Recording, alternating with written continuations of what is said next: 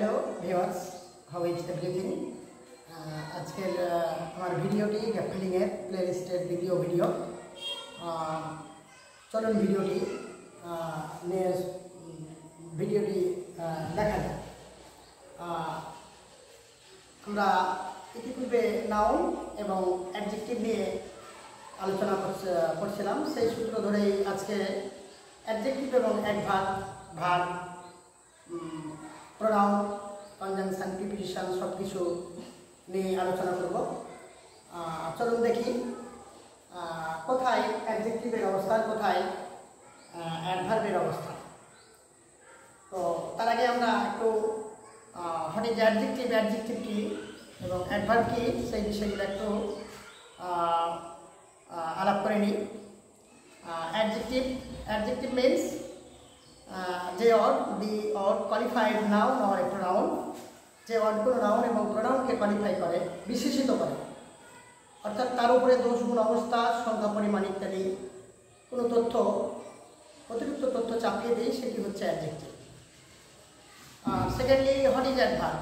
Adverb means without noun pronoun.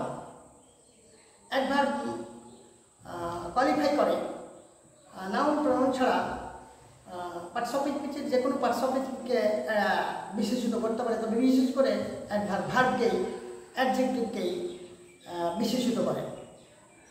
তাহলে আমরা adverb কীভাবে চিনব? ভার্বকে হোয়েন, কখন, হোয়ার, কোথায়, হাউ, কীভাবে, কেমন করে, কত, হয়, কেন, কী জন্য দিয়ে প্রশ্ন করে যে ওয়ার্ডটি পাওয়া যাবে সেইটিকে আমরা অ্যাডভার্ব চিনব। Firstly adverb, 3 classes of adverb: simple adverb, interrogative adverb, relative adverb. তো সেই ক্ষেত্রে আমরা বিস্তারিত কোনো এক ক্লাসে আমরা সেপারেটলি অ্যাডভার্ব নিয়ে, অ্যাডজেক্টিভ নিয়ে আলোচনা করব। যেহেতু আজকে গ্যাপ ফিলিং যতটুকু আমাদের প্রয়োজন সেই বিষয়গুলো আর কি আলোচনা করছি। তো সিম্পল অ্যাডভার্ব হচ্ছে adverb of time, adverb of place, adverb of manner, adverb of frequency, adverb of quantity, adverb of affirmation, adverb of negation, adverb of order, adverb of cause. এটি হচ্ছে সিম্পল অ্যাডভার্ব। গ্যাপ ফিলিংয়ে যে অ্যাডভার্বগুলো কাজ করে সেগুলো হচ্ছে adverb of time, adverb of place এবং adverb of manner. তো সেই ক্ষেত্রে আমরা অ্যাডভার্বের সহিত এবং অ্যাডজেক্টিভের সহিত পরিচিত হলাম। এবার বাস্তবে আমরা উদাহরণে দেখি যে অ্যাডভার্বের অবস্থান কোথায়। প্রথমত দেখি subject plus linking verb plus adjective, অর্থাৎ লিঙ্কিং ভার্বের পরে অ্যাডজেক্টিভের অবস্থান। এখন প্রশ্ন চলে আসে যে লিঙ্কিং ভার্ব কি? What is linking verb? Linking verb means যে ভার্বের পর কোনো নাউন অথবা অ্যাডজেক্টিভ বসে সাবজেক্টের উপরে অতিরিক্ত তথ্য প্রদান করে তাকেই লিঙ্কিং ভার্ব বলে। তো এই যে দেখে একটু উদাহরণটি দেখে বুঝতে পারবো, সি লিভস বিউটিফুল, এই যে এটা হচ্ছে লিঙ্কিং ভার্ব। কেন লিঙ্কিং ভার্ব? এই যে নাইস, এটি হচ্ছে অ্যাডজেক্টিভ।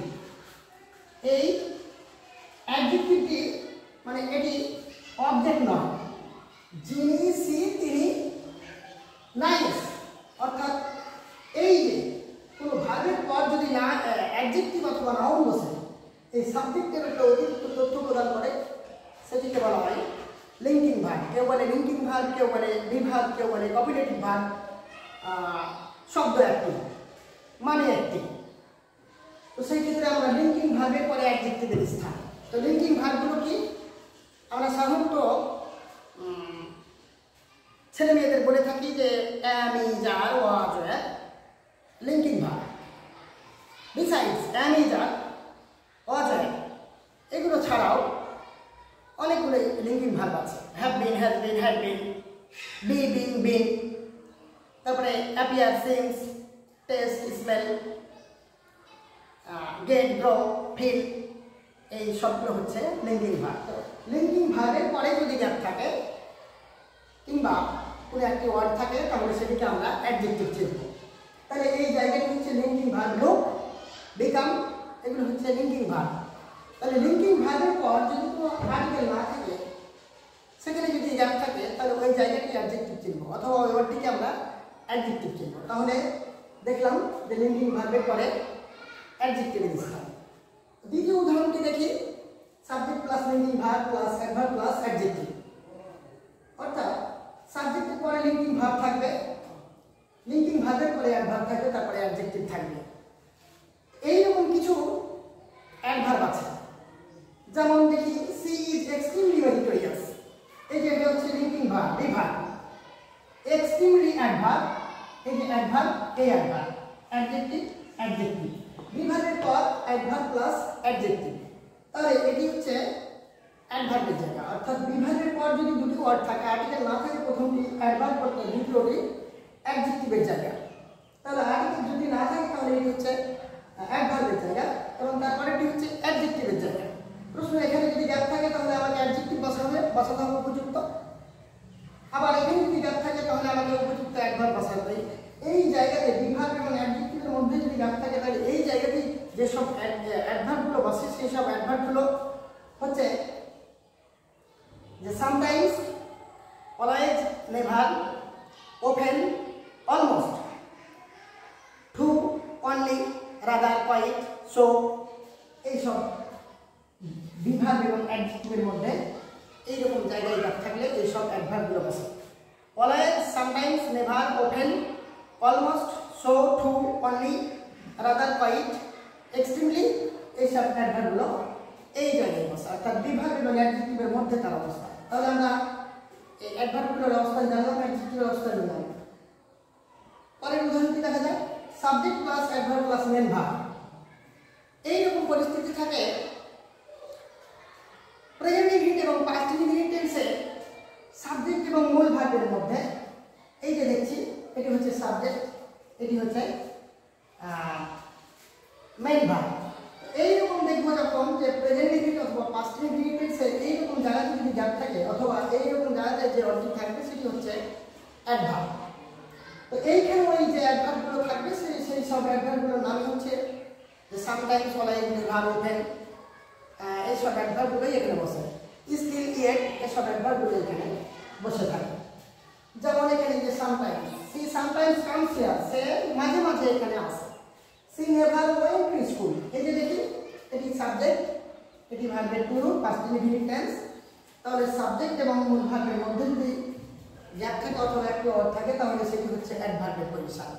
তাহলে এই সব অ্যাডভার্বগুলো যখন থাকবে, সামটাইমস থাক, নেভার থাক, ওপেন থাক, অলমোস্ট থাক, কিংবা হার্ডলি থাক, রেয়ারলি থাক, বেয়ারলি থাক, স্কারলি থাক, সেলডম থাক, এইসব অ্যাডভার্বগুলো এই প্রেজেন্ট ইনডিফিনিট এবং পাস্ট ইনডিফিনিট টেন্সের সাবজেক্ট এবং মূল ভার্বের মধ্যখানে তার অবস্থান বসাবে। তাহলে তারপরে উদাহরণটি দেখা যায়। হ্যাঁ, চলুন দেখি বাস্তবে আমরা অ্যাডভার্বের এবং অ্যাডজেক্টিভের যে রূপ দেখছিলাম, আজকে আমরা অ্যাডভার্ব দেখব কোথায় বসে। Subject plus transitive verb plus adverb. তো ট্রানজিটিভ ভার্ব কি? What is transitive verb? Transitive verb means যে ভার্বকে কি অথবা কাকে দিয়ে প্রশ্ন করে কোনো অবজেক্ট আসে তখন তাকে ট্রানজিটিভ ভার্ব বলে। যেমন ধরুন যেখানে রাইটস ভার্ব লিখেছি, এই রাইটস ভার্বকে যদি আমি কি দিয়ে প্রশ্ন করি যে কি লেখি, তাহলে যে কোনো একটি অবজেক্ট আসবে। হয় উপন্যাস লিখি, নাহলে গল্প লিখি, নাহলে খাতা লিখি, নাহলে বই লিখি, যে কোনো একটি অবজেক্ট আসবে। তো সেই ক্ষেত্রে ট্রানজিটিভ ভার্বের অবজেক্ট যদি না থাকে, তারপরেই যদি কোনো ওয়ার্ড থাকে, তাহলে সেটি অ্যাডভার্ব অফ ম্যানারের জায়গা, অ্যাডভার্ব অফ ম্যানারের জায়গা। আবার দেখি subject, transitive verb, object plus adverb. আবার দেখি ট্রানজিটিভ ভার্বের অবজেক্ট আছে, অবজেক্টের পরে যদি দেখি যে কোনো ওয়ার্ড আছে বা গ্যাপ আছে, তাহলে সেই জায়গাটিও অ্যাডভার্ব অফ ম্যানারের জায়গা। এই যে দেখি অ্যাডভার্ব অফ ম্যানার কি? অ্যাডজেক্টিভের শেষে এলআই যুক্ত হয়ে যে অ্যাডভার্ব তৈরি হয় তাকে অ্যাডভার্ব অফ ম্যানার বলে, অর্থাৎ ক্রিয়ার ধরন প্রকাশ করে। তো এইরকম যখন আমরা যদি এই জায়গাতে গ্যাপ থাকে তাহলে এটি অ্যাডভার্বের ম্যানারের জায়গা, অথবা ট্রানজিটিভ ভার্বের অবজেক্ট নেই এই জায়গাতে যদি গ্যাপ থাকে কিংবা একটি ওয়ার্ড থাকে সেটি হচ্ছে অ্যাডভার্বের জায়গা। আমরা এই জায়গাটিকে অ্যাডভার্ব চিনব। তাহলে আমরা ট্রানজিটিভ ভার্ব এবং অ্যাডভার্ব অফ ম্যানারের স্ট্রাকচার দেখলাম। এবার দেখি intransitive verb. What is intransitive verb? Intransitive verb is that form of a verb. It has no subject. Without subject, it can complete the meaning of a sentence. কোনো object ছাড়াই যে verb তার অর্থ complete করতে পারে তাকে intransitive verb বলে। Intransitive ভার্বের পরেই অ্যাডভার্ব অফ ম্যানারের অবস্থান দেখি। সি স্লিপস প্রফাউন্ডলি, সে ঘুমায়। কেমন ভাবে ঘুমায়? গভীর ভাবে ঘুমায়। এই যে স্লিপস, কিভাবে বুঝবে যে এটি ইন্ট্রানজিটিভ ভার্ব? যে ভার্বকে কি এবং কাকে দিয়ে প্রশ্ন করে কোনো অবজেক্ট আসবে না। এই স্লিপ ভার্বকে যদি জিজ্ঞেস করি কি ঘুমায়, কাকে ঘুমায়, কোনো উত্তর আসবে না, তাহলে ওটি হচ্ছে ইন্ট্রানজিটিভ ভার্ব। কিন্তু রাইট ভার্বকে যদি আমি কি কাকে দিয়ে প্রশ্ন করি তাহলে যে কোনো একটা উত্তর আসবে, ওটি হচ্ছে ট্রানজিটিভ ভার্ব। যে কোনো একটা অবজেক্ট আসবে, ওটি হচ্ছে ট্রানজিটিভ ভার্ব। ট্রানজিটিভ ভার্বের পরেও অ্যাডভার্বের অবস্থান, ট্রানজিটিভ ভার্বের অবজেক্টের পরে অ্যাডভার্বের অবস্থান। ইন্ট্রানজিটিভ ভার্বের পরেই অ্যাডভার্ব অফ ম্যানারের অবস্থান। এই জায়গাতে গ্যাপ থাকলে জানতে হবে এটি হচ্ছে অ্যাডভার্ব অফ ম্যানারের জায়গা, অথবা এই ওয়ার্ডটি হচ্ছে অ্যাডভার্ব। আবার আরেকটু দেখি, subject plus be verb plus adverb plus adjective অথবা ভার্ব 3, এরকম যখন কোনো ফিগার পাবে, এই যে still, yet, already, always, never, এইসব অ্যাডভার্ব গুলো বিভার্বের পর এখানে যদি অ্যাডজেক্টিভ থাক কিংবা ভার্বের 3 রূপ থাক, তখন এই জায়গাগুলোতে এই বিভার্বের পরে still, yet, already, always, never, sometimes, often, almost, এই সব ভার্ব গুলো, অ্যাডভার্ব গুলো এই বিভার্বের পরে যদি এখানে অ্যাডজেক্টিভ থাক কিংবা ভার্বের 3 রূপ থাক, যেই থাক, এটি হচ্ছে এই সব অ্যাডভার্ব গুলোর জায়গা। এবার চলুন দেখি পরের উদাহরণটি নিয়ে আলোচনা করি। তো হ্যালো ভিউয়ার্স, আজকের ভিডিওটি এ পর্যন্তই। ভিডিওটি যদি ভালো লেগে থাকে তাহলে লাইক, কমেন্ট, শেয়ার করবেন এবং আমার এই চ্যানেলটিকে সাবস্ক্রাইব করবেন। আর কেউ যদি ফেসবুক পেজ থেকে দেখে থাকেন তাহলে ফেসবুক পেজটি ফলো দিবেন।